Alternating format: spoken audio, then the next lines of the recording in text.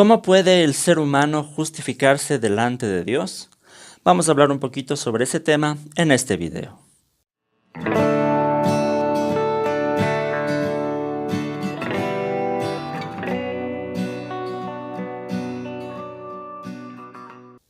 Saludos con todos, queridos amigos y hermanos. Bienvenidos a Cibersaulo, mi canal. Mi nombre es Hugo Vázquez. Continuamos con nuestra serie de estudios sobre la epístola a los romanos. Hemos llamado esta serie de estudios Romanos verso por verso porque estamos analizando de una manera detenida versículo tras versículo de la epístola a los romanos. En esta ocasión llegamos ya al capítulo 3 de Romanos, a los versículos del 21 hasta el 31, en donde Pablo precisamente nos va a hablar sobre el tema de la justificación. En los pasajes anteriores, Pablo dejó claro la culpabilidad de toda la humanidad, es decir, Pablo dejó diagnosticada la enfermedad del ser humano.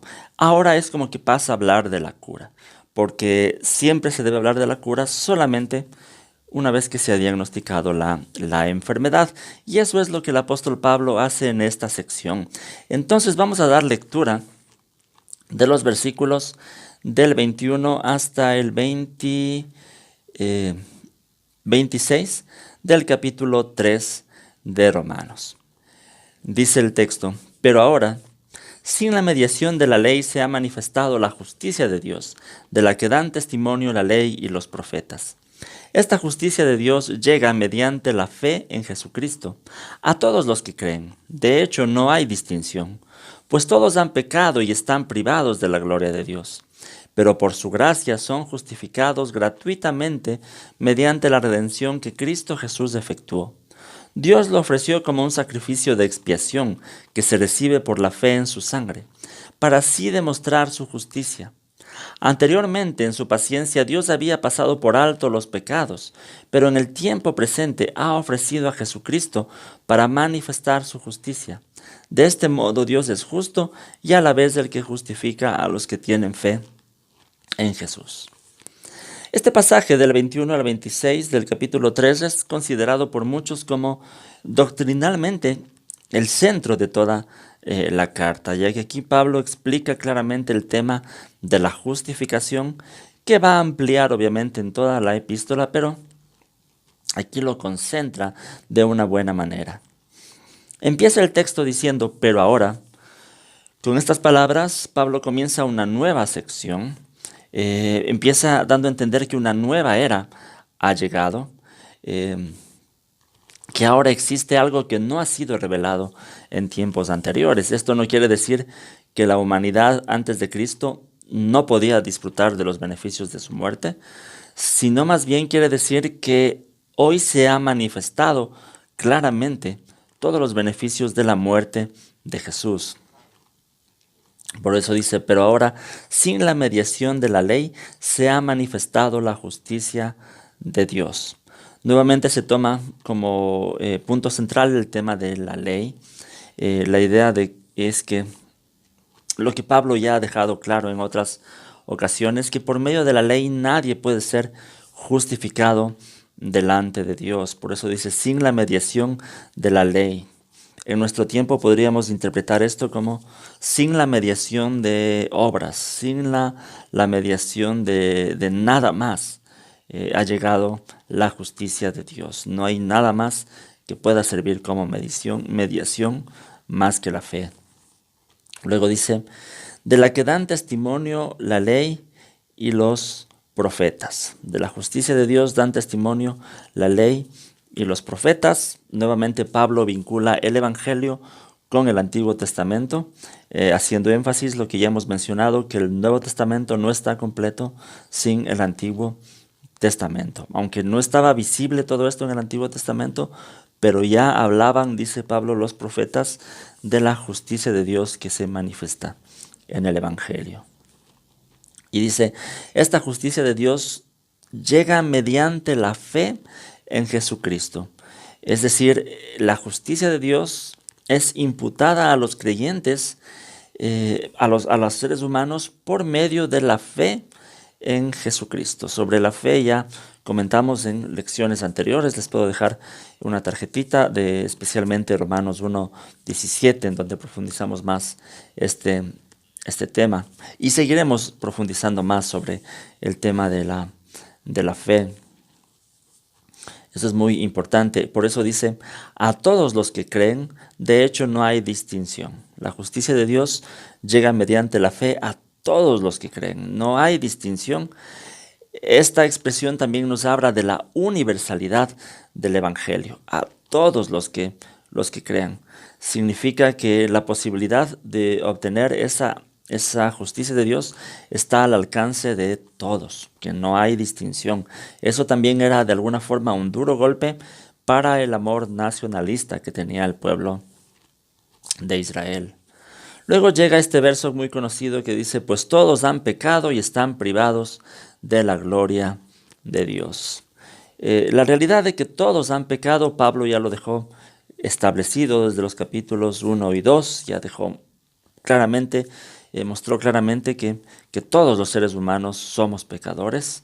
Y aquí dice que una de las consecuencias de ese pecado es estar privados de la gloria de Dios. ¿Qué significa estar privados de la gloria de Dios? En este texto vamos a analizarlo detenidamente. Primero, el término que se traduce como privados es jutereo en el idioma griego. La NBI traduce como privados, aunque literalmente debería traducirse mejor como destituidos. La Reina Valera lo traduce de esa forma, ya que este término hace alusión a alguien que es destituido o degradado de un rango militar. Y la palabra gloria es la palabra doxa en el idioma griego. Ante esto, vamos a pensar, destituidos de la gloria de Dios. Pueden haber tres posibles interpretaciones sobre este texto. Primero, somos destituidos de la verdadera alabanza a Dios. Perdimos ese privilegio de tener una vida de adoración sincera a Dios. Por eso hemos sido privados de la gloria de Dios. Otros dicen, no, somos destituidos de aquella gloria inicial con la que fuimos creados en el jardín del Edén, porque fuimos creados a imagen y semejanza de Dios. Entonces perdimos de alguna forma el ser partícipes de esa gloria de Dios. Fuimos bajados de rango. Otros dicen, no, perdimos la gloria de Dios o destituidos de la gloria de Dios.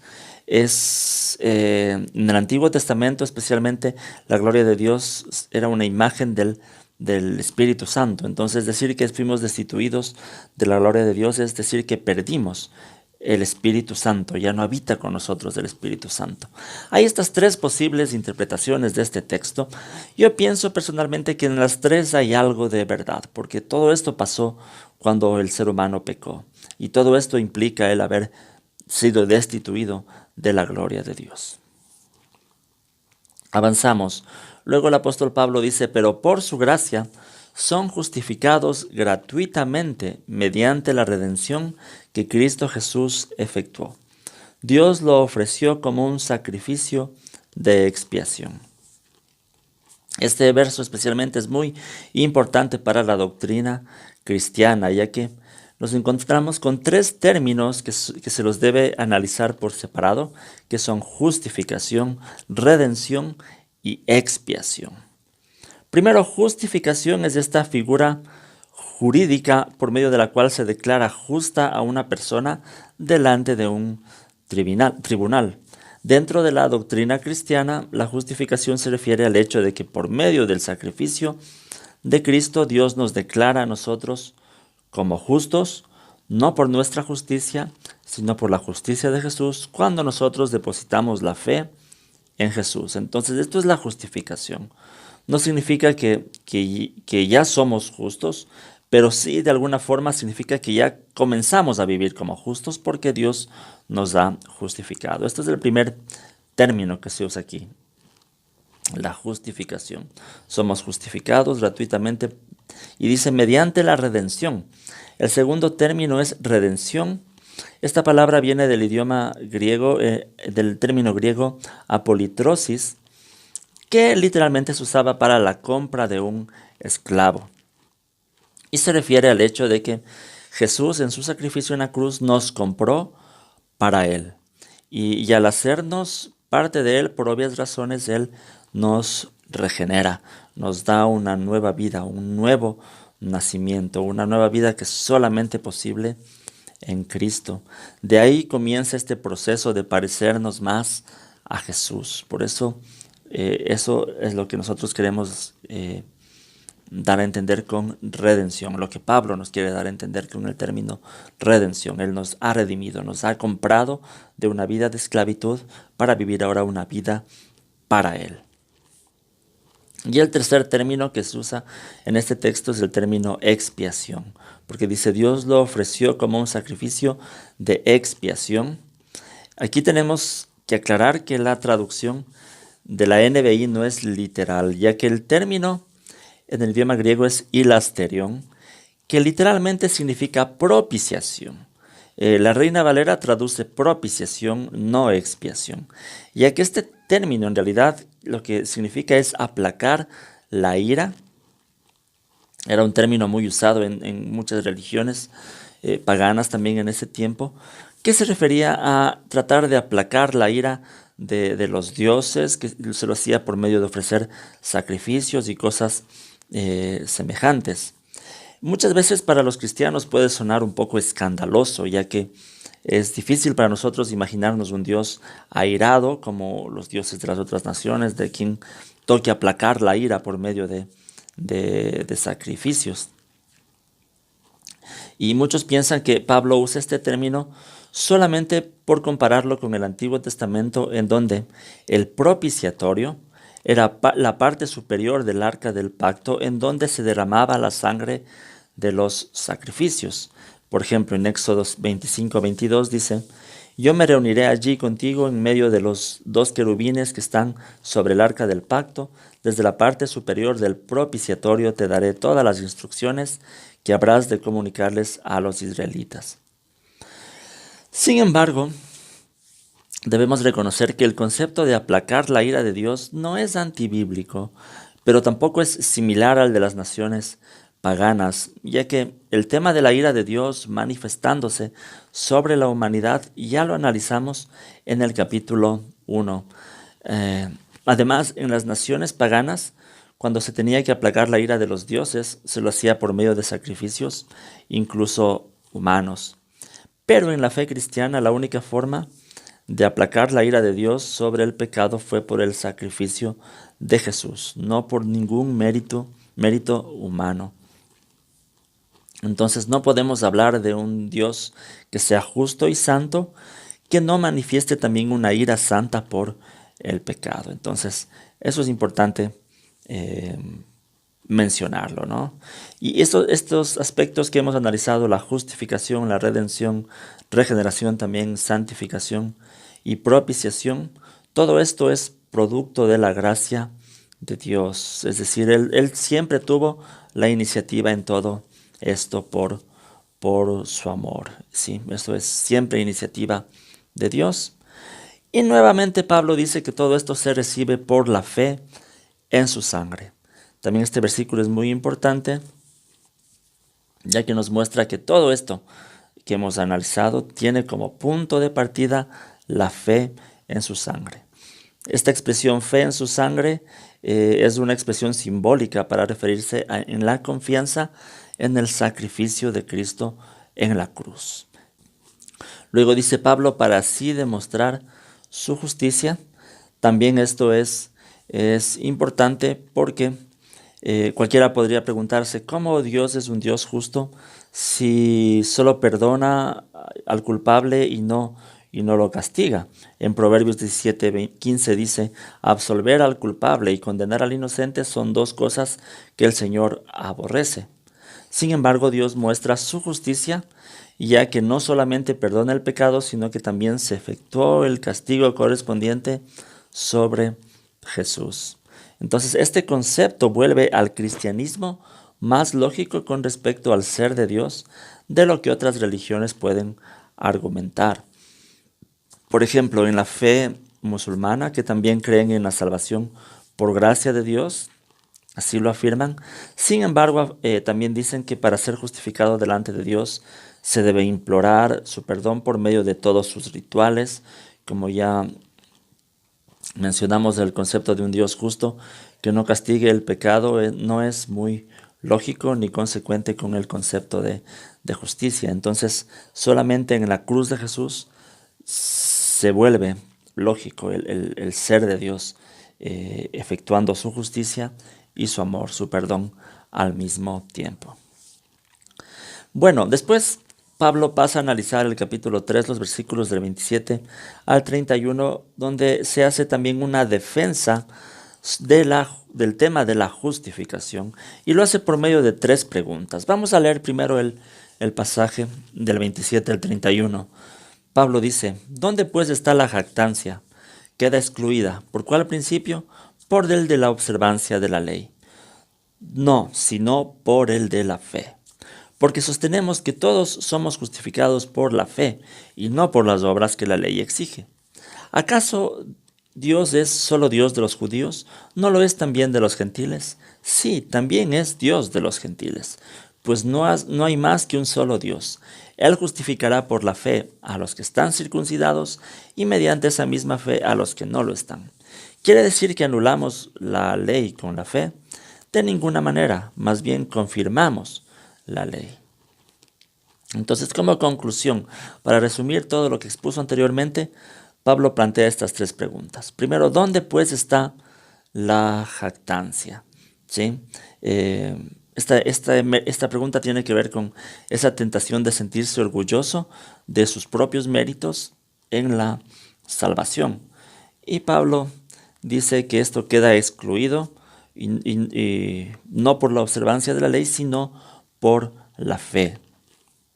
Luego dice nuevamente: porque sostenemos que todos somos justificados por la fe y no por las obras que la ley exige.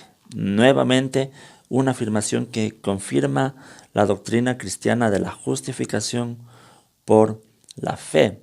Aquí hay algo interesante. En tiempos de la Reforma protestante, Lutero solía aumentar a este versículo la palabra sola, para dejar claro que la salvación es solo por la fe. Dice: porque sostenemos que todos somos justificados solo por la fe. Pero en el texto original no dice solo por la fe, y a veces se ataca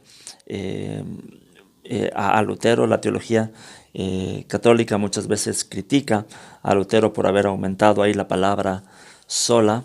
Sin embargo, tenemos que notar que la intención de Lutero nunca no era un problema de traducción, sino más bien era un problema de interpretación. Él tenía solo esa pasión de dar a entender lo que no solo este versículo dice, sino lo que toda la Biblia nos da a entender, que la justificación es solamente por la fe, porque Pablo dice: no por las obras que la ley exige, solamente por la fe. Entonces era por eso el énfasis de Lutero en poner en este versículo la frase solo por la fe.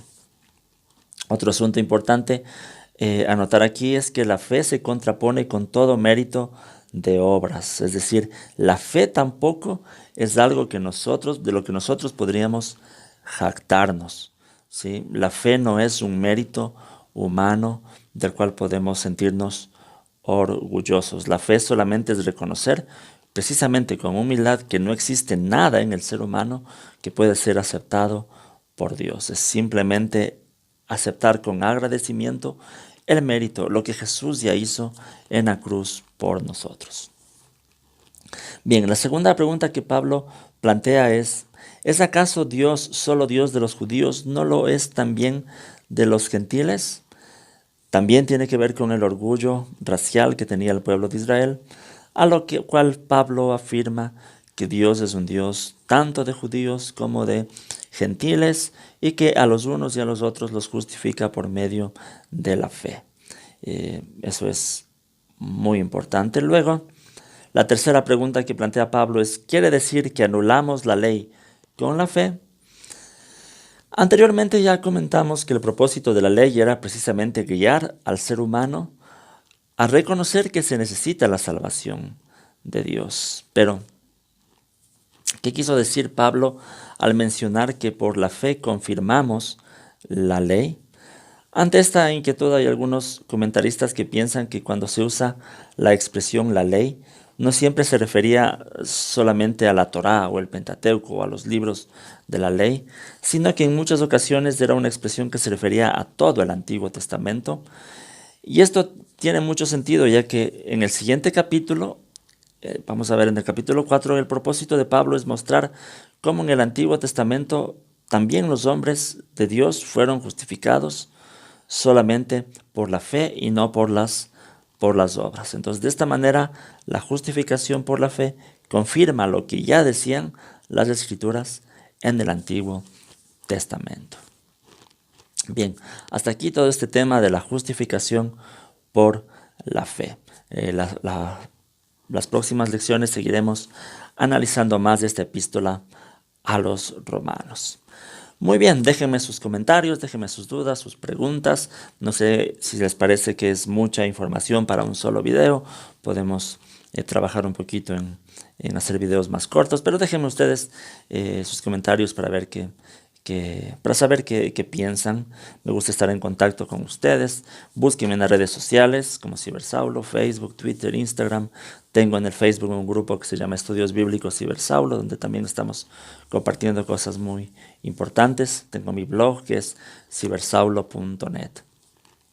También quería comentarles que en Amazon están disponibles también mis libros, tanto el libro, la novela La búsqueda de Harris, el nuevo libro que publiqué, que es Edificar la vida en Cristo, sobre esta serie de mensajes de la epístola a los Efesios. Los libros están disponibles tanto en formato impreso como en formato digital en la versión Kindle de Amazon. Ustedes pueden adquirir, están a precios muy económicos y de esa manera también me ayudan en este ministerio de predicar el Evangelio en redes sociales. Agradezco siempre su colaboración y me ayudan también cuando comparten estos videos en sus redes sociales, con sus amigos, con personas que también necesitan escuchar la palabra de Dios y especialmente en estos videos profundizar un poco más sobre el contenido de la palabra de Dios. Bien, muchas gracias, que el Señor les bendiga.